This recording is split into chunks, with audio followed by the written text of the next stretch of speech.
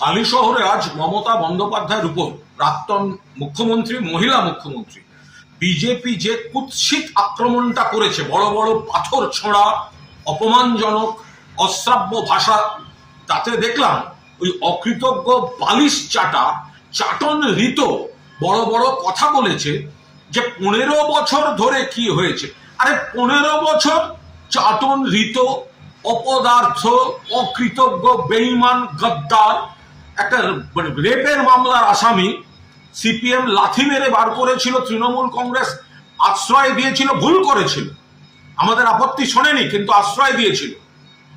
আজকে বলছে 15 বছর, তার মধ্যে তুমি 7-8 বছর কি করেছো? তোমাকে তো সিপিএম লাথি মেরে তাড়াবার পর মমতা বন্দ্যোপাধ্যায়, তৃণমূল কংগ্রেস এবং অভিষেক বন্দ্যোপাধ্যায় না থাকলে তোমাকে তো খুঁজে পাওয়া যেত না।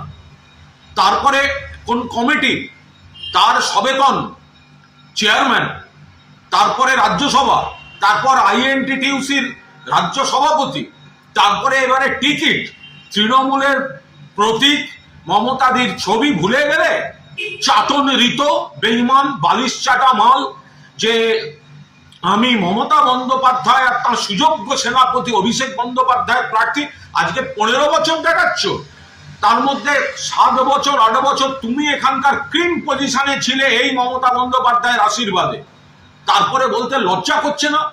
রাজনীতিতে মত পার্থক্য হয়, অনেক কিছু হতে পারে, কিন্তু এইরকম বালিশ চাটা বেঈমান, যে ওখানে বালুরঘাট থানার কেস এখন কি অবস্থায় আছে আমি জানি না, সংশ্লিষ্ট অভিযোগকারিনী তিনি কি অবস্থায় আছেন আমি তাও জানি না, কিন্তু তখন সিপিএম যখন ওকে বহিষ্কার করেছিল, একদম রেপের মামলার কার্যত আসামি, এবং ব্যাংক ট্রানজাকশন ছিল, মুখ বোঝাতে টাকা দেয়া, সেই এফআইআর এর পর যারা তোমাকে বাঁচিয়েছিল, আজকে বড় বড় কথা বিজেপির দালালি করার, বিজেপি চাটতে বালিশ চেটেছে, সিপিএম চেটেছে, তৃণমূল চেটেছে, এখন বিজেপি চাটতে গেছে। চাটন ঋত, নির্লজ্জ, বেহায়া।